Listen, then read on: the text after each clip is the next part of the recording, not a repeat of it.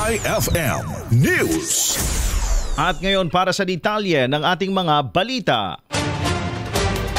Kinumpirma ng Philippine Army 103rd Infantry Mabalasik Battalion na muling nagkaroon ng engkwentro ang kanilang tropa laban sa Platoon 2 ng CPP-NPA sa ilalim ng Ilocos Cordillera Regional Committee sa Barangay Alyaguia, Pinukpok, Kalinga kahapon, ika-24 ng Nobyembre. Ayon sa ulat, nakasagupan ng 53rd Division Reconnaissance Company na nasa ilalim ng operational control ng 103rd Infantry Battalion ang tinatayang 10 miyembro ng ICRC habang nagsasagawa ng pursuit operation sa sitio Tamiing, Barangay Alyaguia.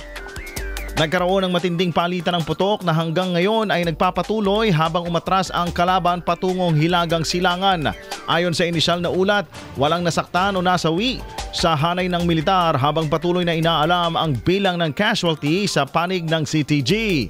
Na-recover ng mga sundalo mula sa encounter site ang isang M16 rifle, isang M16 lower receiver group, 2 lumang jungle pack at 5 backpack. Ito na ang ika-4 na engkwentro sa pagitan ng dalawang panig matapos ang unang sagupaan noong ika-21 ng Nobyembre kung saan unang nagkasagupa ang mga sundalo at tinatayang nasa 15 miyembro ng rebeldeng grupo sa Barangay Bayaw, Pinukpok.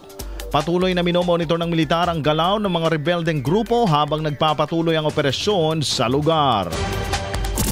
IFM News.